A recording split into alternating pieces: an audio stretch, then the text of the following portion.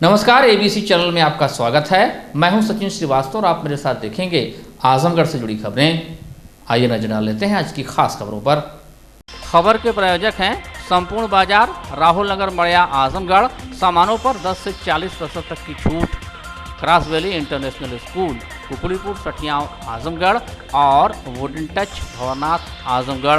देश के मुख्यमंत्री योगी आदित्यनाथ द्वारा जनपद आजमगढ़ में राज्य विश्वविद्यालय स्थापित किए जाने हेतु की गई घोषणा के अनुसार उपलब्ध भूमियों के परीक्षण एवं विचार विमर्श हेतु मंडलायुक्त विजय विश्वास पंत की अध्यक्षता में बृहस्पतिवार को उनके कार्यालय कक्ष में बैठक आहूत की गई।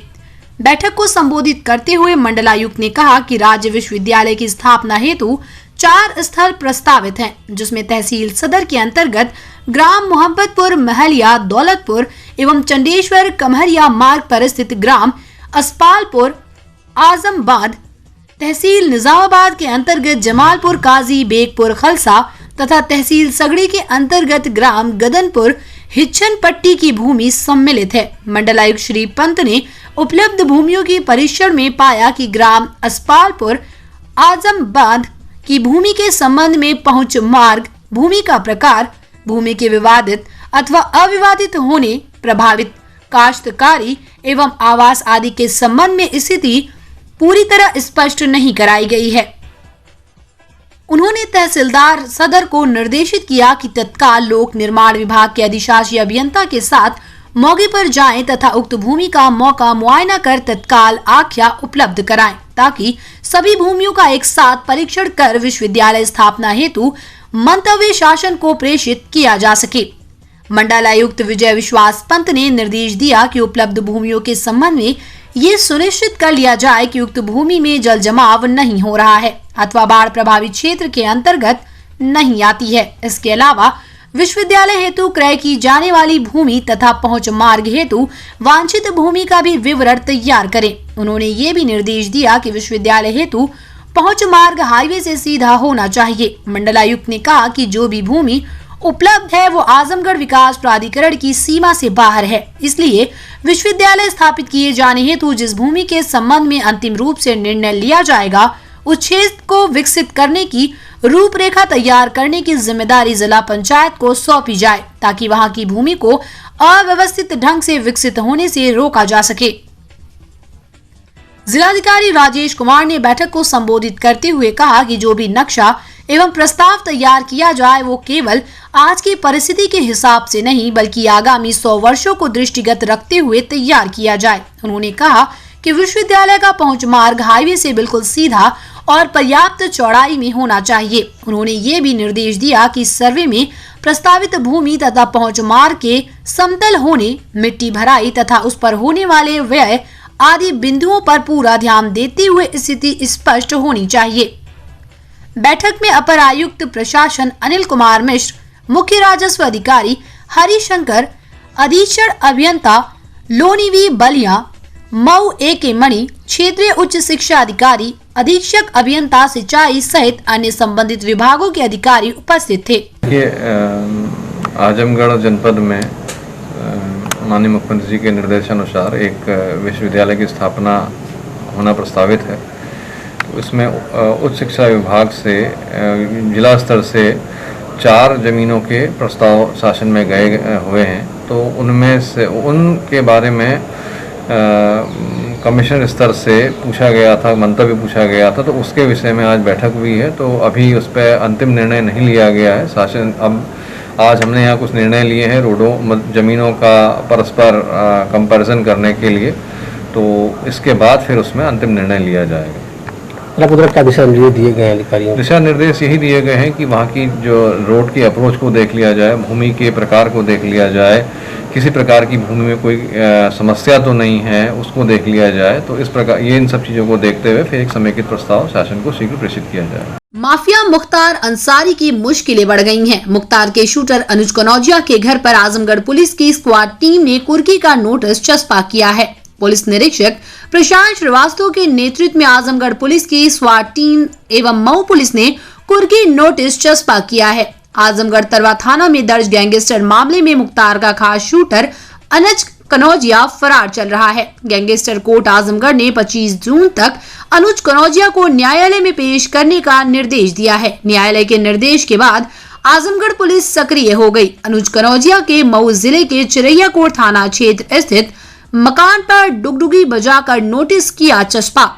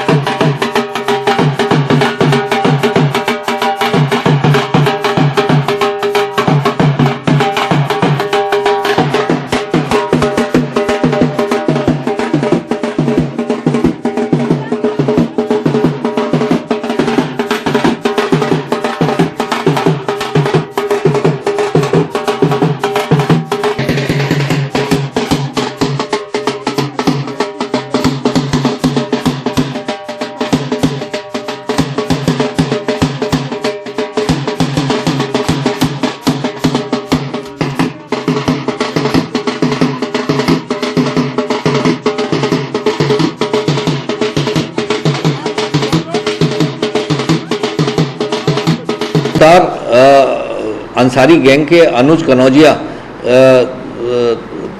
जो कि एक शातिर क्रिमिनल है और जिस पर 50,000 रुपये का इनाम है, ये थाना तरवा से गैंगस्टर एक्ट में वांछित है। उसके विवेचक द्वारा आज उसके निवास पर जाकर जो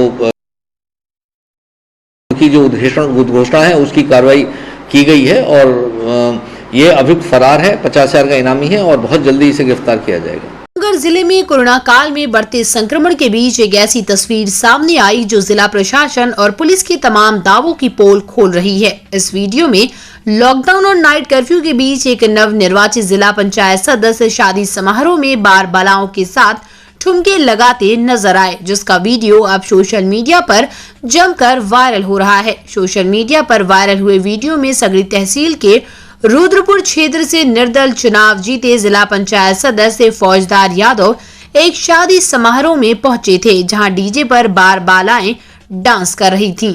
नेताजी भी खुद को रोक नहीं सके और पिंजड़े में बंद बार बालाओं के ठुमके पर झूमते हुए नजर आए। नेताजी जब और रंग में आए तो बार बाला तक पहुंचने के लिए वाहन पर चढ़ने की भी कोशिश कर रहे हैं। बताया जा रहा है कि वायरल वीडियो बिलरियागंज थाना क्षेत्र के बरोही फतेहपुर गांव में 22 मई को आयोजित एक शादी समारोह की है, जहां कोविड गाइडलाइन की जमकर धज्जियां उड़ाई गईं। बिना मास्क और सोशल डिस्टेंसिंग के सैकड़ों लोग बार बालाओं का डांस देखने के लिए झुंड में मौजूद रहे। अब सवाल उठता है कि जब जिम्मेदार लोग ही इस तरीके से नियमों की धज्जियां उड़ाएंगे तो आम जनता का क्या होगा। वहीं प्रशासन की भी कार्यशैली पर बड़ा सवाल है कि क्या इस आयोजन की भनक स्थानीय थाने को भी नहीं थी, या यूं ही कहें कि रसूखदार लोगों के यहाँ पुलिस जाने से कतरा रही थी।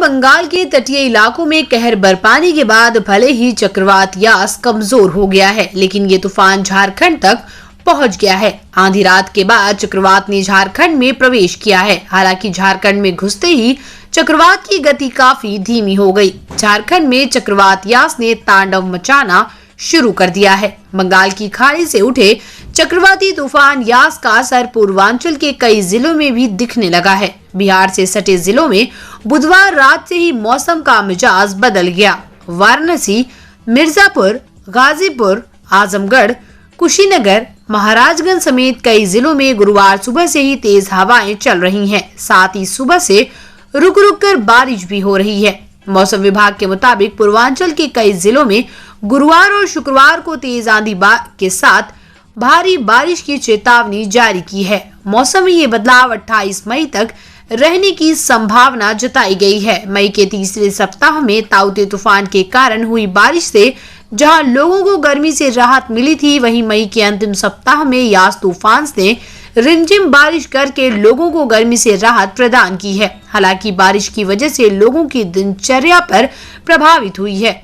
सड़कों पर लोगों की आवाजाही काफी कम देखने को मिली और खराब मौसम के कारण लोग घर पर ही रहे।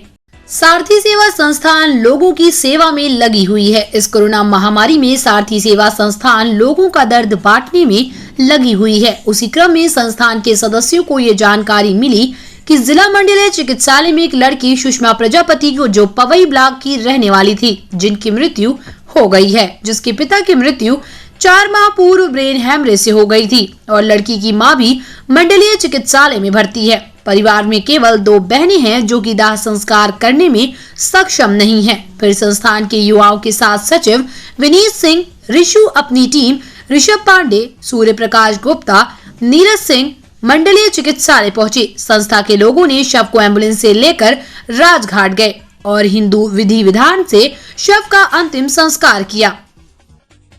विनीत सिंह ऋषु ने कहा कि आज हमने जिस परिवार की बेटी का दाह संस्कार किया, उनके परिवार में ऐसा कोई नहीं था जो अंतिम संस्कार कर सके। एक भाई शारीरिक रूप से दिव्यांग है। आज लोगों के सहयोग से अंतिम संस्कार किया गया। आगे भी हम लोगों के लिए हर तरह की मदद करेंगे। दाह संस्कार करने वालों में विनीत सिंह, ऋषु, ऋषभ पांडे, सूर्य प्रकाश गुप्ता, नीरज सिंह, ऋषु गुप्ता, साथ ही कुछ उनके दूर के रिश्तेदार आए। आजमगढ़ के दीदारगंज व पवई थाना क्षेत्र में बीते दिनों जहरीली शराब कांड से कई की मौत हुई थी। इसके बाद अवैध शराब माफियाओं के खिलाफ पुलिस की कार्रवाई सख्त होती जा रही है। उसी क्रम में पवई थाना क्षेत्र में 6 शराब माफियाओं के खिलाफ गैंगस्टर एक्ट में मुकदमा दर्ज किया गया है। शराब माफियाओं के खिलाफ गैंगस्टर की कार्रवाई की गई। इसमें इंद्रजीत यादव, विमल यादव, ग्राम खानपुर, चंदू, थाना पवई, सुजीत यादव, ग्राम बुढ़ापुर, कुतुब अली, थाना दीदारगंज, संतोष कुमार, ग्राम बसही, थाना पवई,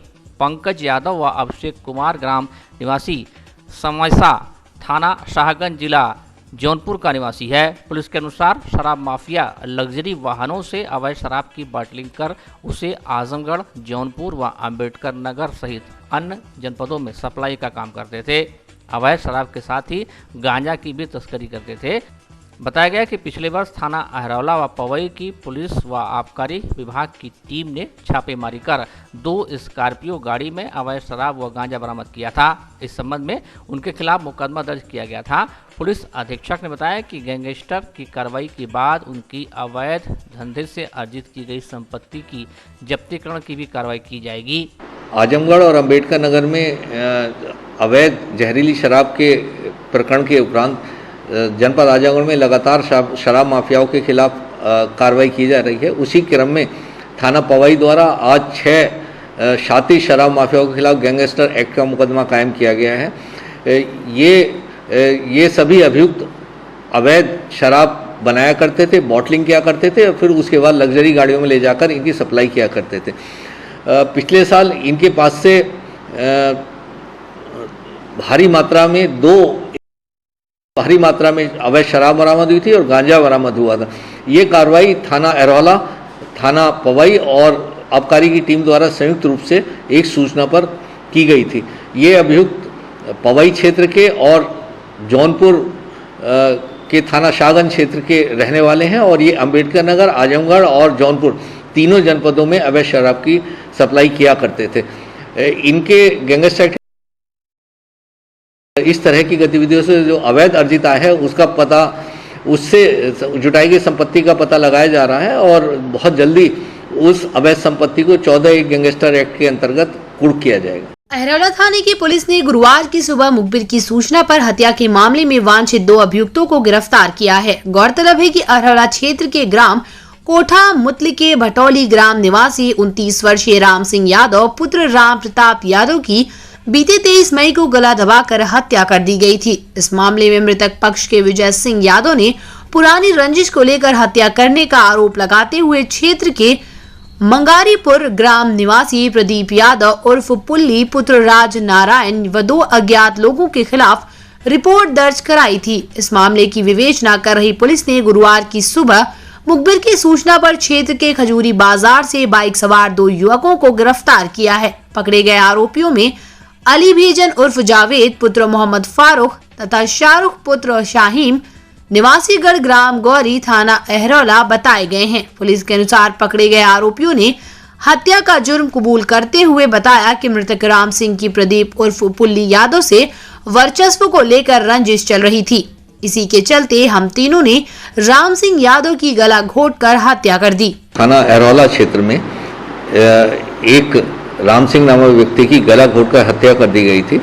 उसका आज सफल अनावरण किया गया है और उसमें 2 अभियुक्त जो कि अज्ञात थे वो पकड़े गए हैं। उनके द्वारा